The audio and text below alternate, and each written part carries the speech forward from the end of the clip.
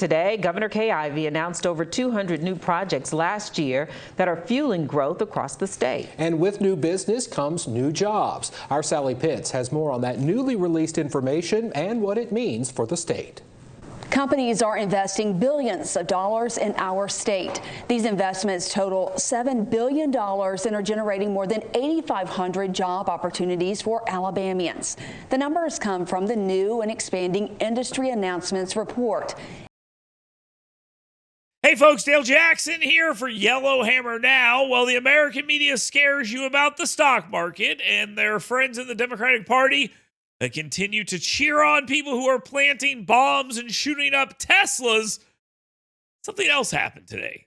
And not only did we get a report that talked about all the economic development coming to Alabama, we got a sign that there might be some more economic development coming to Alabama from Hyundai. Now, what's interesting about this is that report that you saw at the beginning of this and this clip that you're about to see played one after another, which I think is exactly where it fits. Thanks, Sally. Hyundai today made a major announcement. The South Korean car maker, which built its first North American plant here in Montgomery, announced an additional $20 billion investment in the U.S. That will include $5 billion for a new steel plant in Louisiana. The new mill will be built on 1,700 acres of land in Ascension Parish, just outside of Baton Rouge. The mill is expected to produce 2.7 million metric tons of steel annually, and that will be sent to automobile plants in Alabama and Georgia.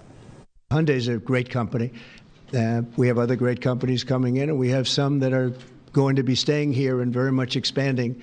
And we have tremendous interest in every business. I can't just say automobiles, but automobiles is a big one. These executives come here and say, hey, we want to invest in America, because for decades now, what Americans have seen is jobs being offshored rather than onshored. And today's announcement is exactly that. This is a message for all America that this president and their governors out there care about the American worker.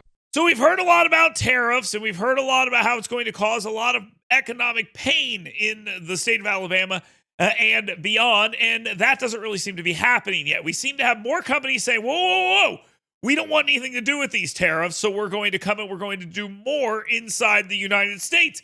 And if I remember correctly, that was exactly what the plan was for President Donald Trump. Put tariffs on countries that have tariffs on us, and if companies still want to do business, then it's going to be cheaper for them to actually come into the United States and manufacture those products here. Now, yes, we have a strong manufacturing base that has been weakened, but it is still pretty strong, and it is growing inside the state of Alabama and the American South. These tariffs do not seem to be hurting the American South all that much. Not to say there's not going to be an impact here, but I think this is just part of the growing pains of this particular strategy, where Donald Trump has said the era of free trade is over because the other countries weren't actually playing under the same rules we were. So now we're entering into the era of fair trade, and you can either play by those rules with us or you can suffer the consequences.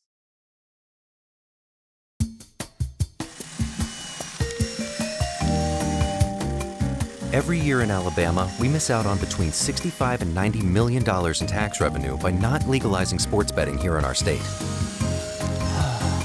Money that can be used to improve our roads and bridges, or elevate our school systems and support our first responders.